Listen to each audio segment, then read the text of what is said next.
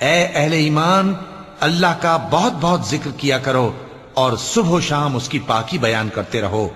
وہی تو ہے جو تم پر رحمت بھیجتا ہے اور اس کے فرشتے بھی، تاکہ تم کو اندھیروں سے نکال کر روشنی کی طرف لے جائے۔ اور اللہ مومنوں پر مہربان ہے۔ جس روز وہ اس سے ملیں گے تو ان کا تحفہ اللہ کی طرف سے سلام ہوگا، اور اس نے ان کے لیے عمدہ ثواب تیار کر رکھا ہے۔ اے پیغمبر، ہم نے تم کو گواہی دینے والا اور خوشخبری سنانے والا اور خبردار کرنے والا بنا کر بھیجا ہے، اور اللہ کی طرف اسی کے حکم سے بلانے والا اور چراغ روشن۔ اور مومنوں کو خوشخبری سنا دو کہ ان کے لیے اللہ کی طرف سے بڑا فضل ہے، اور کافروں اور منافقوں کا کہا نہ ماننا اور نہ ان کے تکلیف دینے پر نظر کرنا، اور اللہ پر بھروسہ رکھنا، اور اللہ ہی کارساز کافی ہے۔ مومنوں، جب تم مومن عورتوں سے نکاح کر کے ان کو ہاتھ لگانے یعنی ان کے پاس جانے سے پہلے طلاق دے دو تو تم کو کچھ حق نہیں کہ ان سے عدت پوری کراؤ، بس ان کو کچھ فائدہ یعنی خرچ دے دو اور ان کو اچھی طرح سے رخصت کر دو۔ اے پیغمبر صلی اللہ علیہ وآلہ وسلم،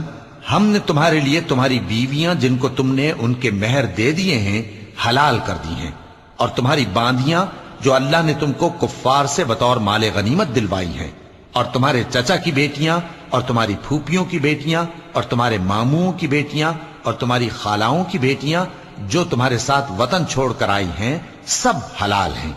اور کوئی مومن عورت اگر اپنے آپ کو پیغمبر صلی اللہ علیہ وآلہ وسلم کے حوالے کر دے یعنی مہر کے بغیر نکاح میں آنا چاہے،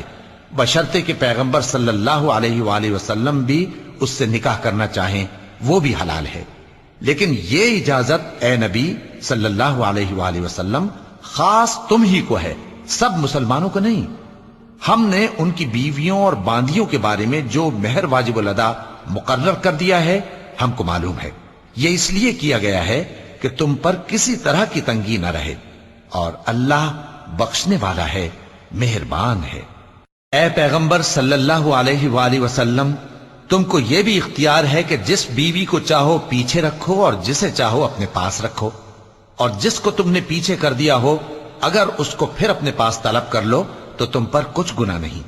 یہ اجازت اس لیے ہے کہ ان کی آنکھیں ٹھنڈی رہیں اور وہ رنجیدہ نہ ہوں، اور جو کچھ تم ان کو دو اسے لے کر سب خوش رہیں،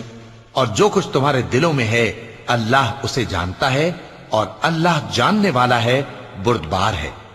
اے پیغمبر صلی اللہ علیہ وآلہ وسلم، ان کے سوا اور عورتیں تم کو جائز نہیں، اور نہ یہ کہ ان بیویوں کو چھوڑ کر اور بیویاں کر لو، خواہ ان کا حسن تم کو کیسا ہی اچھا لگے،